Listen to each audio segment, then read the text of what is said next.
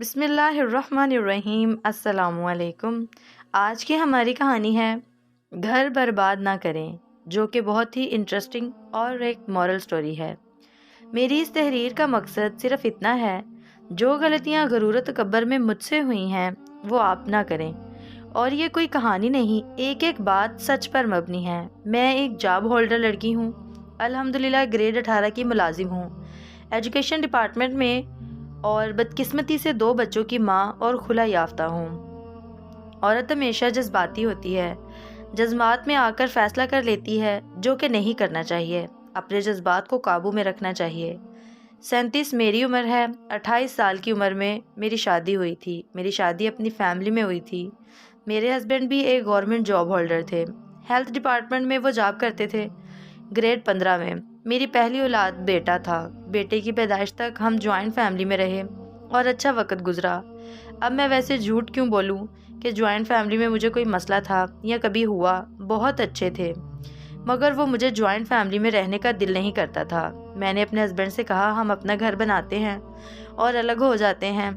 हम दोनों की सैलरी इतनी तो है कि हम 1 साल में अपना घर बना ही लेंगे, और गाड़ी बेचनी पड़ी तो वो बेचकर पहले घर बनाते हैं फिर गाड़ी ले लेंगे। वो इस बात पर तैयार हो गए। मेरे पास जो पैसे थे मैंने प्लाट ले लिया, और ऐसे ही हमने 1 साल के अंदर दोनों ने मिलकर अपना घर बना लिया। मेरी सैलरी मेरे हस्बैंड से ज़्यादा थी। घर बन गया, हम अलग हो गए। अलग होने के बाद घर में छोटे मोटे मसले तो होते हैं, हर घर में होते हैं, मगर सच बोलूं तो मुझे अपनी नौकरी पर बड़ा गरूर था और मैं अपनी नौकरी को ही सब कुछ समझ बैठी थी, जो कि मेरी लाइफ की सबसे बड़ी बेवकूफ़ी थी, जो आज मुझे समझ आ रही है। फिर मेरी बेटी की पैदाइश हुई, और यहाँ एक बात याद रखना, औरत की असल दुश्मन एक औरत ही होती है। मर्द इतना नुकसान नहीं पहुँचाता जितनी एक औरत औरत को पहुँचाती है।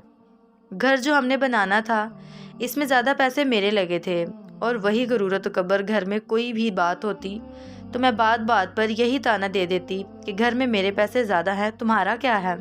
बस फिर देखते ही देखते वही मेरी कज़न, जिसका आना जाना ज़्यादा था, इसने मुझे वरगलाना शुरू कर दिया कि तुम इससे ज़्यादा सैलरी लेती हो, वो कम लेता है। ऐसे ही कहानियाँ इसने शुरू कर दी। मेरे दिल में इनके लिए नफ़रत पैदा करती रही। इस कदर इसने जहर घोला कि मैं अपने बच्चों तक को भूल गई। ये भी भूल गई कि मेरे तो 2 बच्चे भी हैं। लड़ाई झगड़े बढ़ते गए। हमने गाड़ी ली थी, इसमें भी मेरे पैसे ज़्यादा थे। बदकिस्मती मेरी के मैंने अपने खावंद को एक दिन कह दिया कि या तो आप मुझे गाड़ी के पैसे वापस करें, या फिर आज के बाद आप गाड़ी इस्तेमाल नहीं करेंगे। ये बात मेरे लिए तो मामूली थी, मगर इनके लिए तो नहीं होगी, क्योंकि मेरे अंदर जहर ही इतने घोल दिया गया था। उन्होंने गाड़ी बेची और मेरे पैसे मुझे दे दिए। मेरे जो खावंद थे, इनके बड़े भाई कनाडा में होते हैं।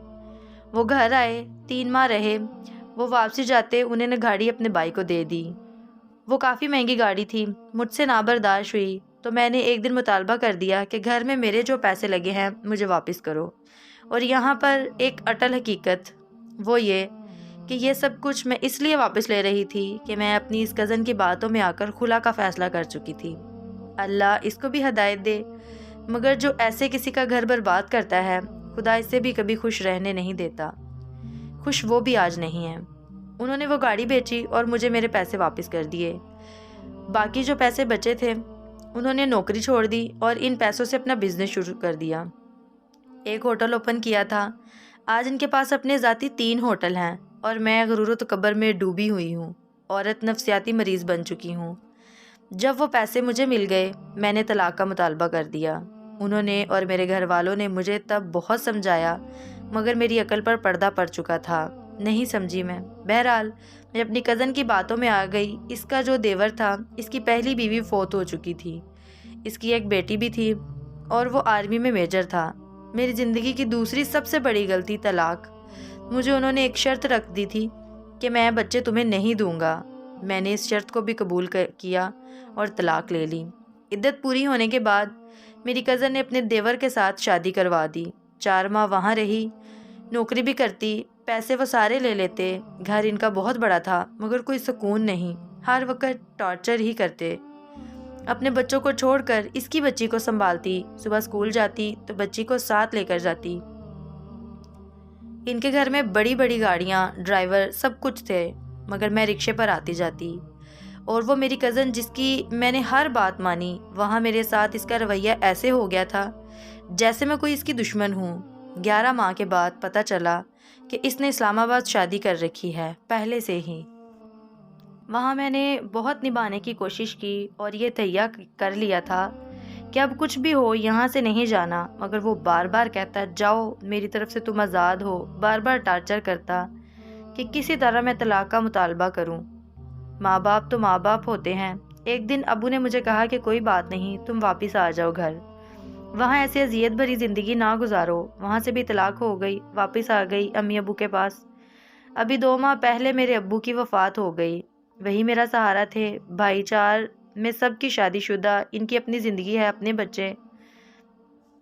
میری آپ تمام بہنوں سے گزارش ہے جو جاب ہولڈر ہیں، چاہے وہ پرائیویٹ سیکٹر میں ہے یا گورنمنٹ سیلری خاوند سے زیادہ ہے یا کم، کبھی جاب کو اپنا غرور و تکبر مت بنانا۔